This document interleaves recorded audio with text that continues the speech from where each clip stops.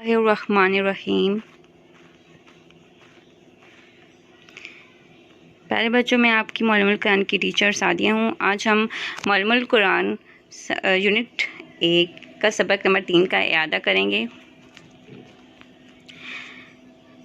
प्यारे बच्चों, ये सबक मैं आपको पहले पढ़ा चुकी हूँ। आज हमने इसका इयादा करना है और इसकी मश्क करनी है।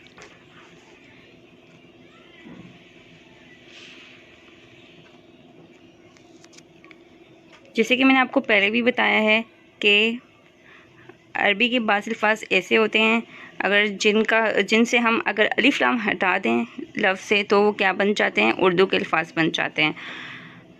तो आइए हम अपने सबक का आगाज़ करते हैं। जैसे अल ईमान ईमान, अत-तौफ़ीक तौफ़ीक, अल जिस्म जिस्म, अल मुशरिका मुशरिका। यहाँ पर हमने वफ़ के साथ पढ़ा है मुशरिका को, और अल मुशरिका गोल ता को हमने हा साकिन में बदला है। पिछले सबक में मैंने आपको ये पढ़ाते हुए बताया था कि ये गोल ता जो होती है वो हा साकिन की अलामत होती है। इसका मतलब हुआ मुशरिका औरत। अल इज़ान अज़ान, अल कसम कसम, अल ख़बर ख़बर, अल सवाल सवाल, अल शिफ़ा शिफ़ाअत सिफारिश, अल एहसान एहसान, अल हुब मोहब्बत, अल ताका ताकत, अल ज़ुल्म ज़ुल्म, अल अरबी अरबी, अल इंसान इंसान, अल नहर नहर, अल जुम्मा जुम्मा। हम क्या कर रहे हैं कि हम अलिफ लाम को हटा रहे हैं और उर्दू के अल्फाज बना रहे हैं। और गोलता की अलामत का भी ख्याल रखिएगा। आप गोलता जब आए तो हमने क्या करना होता है, उसे हासक में बदलना होता है, और ये मोनस की अलामत है। अल फितना फितना, अल कत्ल कत्ल, अल सफ़ सफ़, अल कबर कबर, अल तलावा तलावत, अल बाब दरवाज़ा, अल मता सामान, अल किबला किबला, अल सरी सरी तेज़, अल मोमिना मोमिना औरत। मोमिना औरत कैसे, मैं आपको बता चुकी हूँ कि गोलता जो है वो मोनस की अलामत होती है, इसलिए।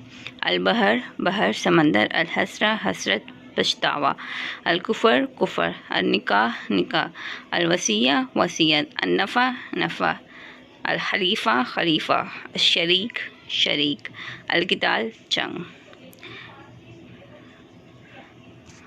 उम्मीद है कि ये सबक आपको अच्छी तरह से समझ आ गया होगा। और पिछली क्लास में हमने इसकी मश्क भी की थी। मैंने आपको होमवर्क दिया था, आपने जो बुक पे करना था। अब हम अपने अगले सवाल की तरफ आते हैं। दर्ज झेल सवालात के तहरीरी जवाब देने हैं आपको। सवाल नंबर 4, नीचे दिए गए अल्फाज नामुकम्मल हैं, इन्हें मुकम्मल करें। अब जैसे पहला लफ्ज़ इन्होंने दिया हुआ अल एहसा, इस वक्त में हमने सब ये अल्फाज पढ़ लिए हैं। आपने सबक को गौर से देखना है और इस सबक को देखकर आपने ये एक्सरसाइज हल करनी है। पहला मैं आपको बता देती हूँ, अल एहसान हमने पढ़ा था इस सबक में, तो अल एहसा यहाँ पे हमने क्या लगाना है, नून।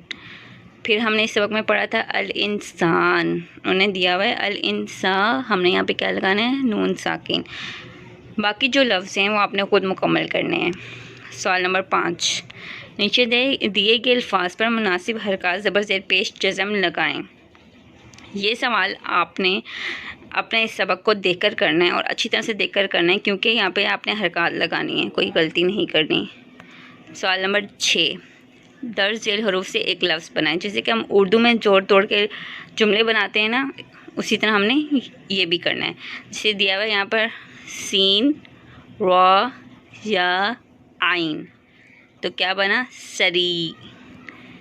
ये अल्फाज भी इस सबक से दिए गए हैं, तो आपने सबक को अच्छी तरह से पढ़ना है, देखना है, और वहाँ से देखकर आपको ये सब हल करना है। दूसरा दिया हुआ है जीम सीन मीम, क्या बना, जिस्म। इस तरह भी आपने ये सारा खुद हल करना है। आगे जो दिया हुआ है, अब सवाल नंबर 7 पर आइए। दर्ज झेल कुरानी किताब में से पहली मिसाल की तरह इस लफ्ज़ को नमाया नमाया मतलब हाईलाइट करना है आपने, कि जिसका मतलब आप जान चुके हैं।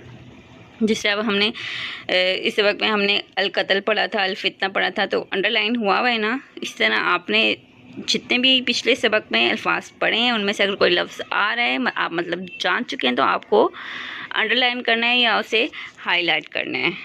उम्मीद है कि ये सबक आपको अच्छी तरह से समझ आ गया होगा।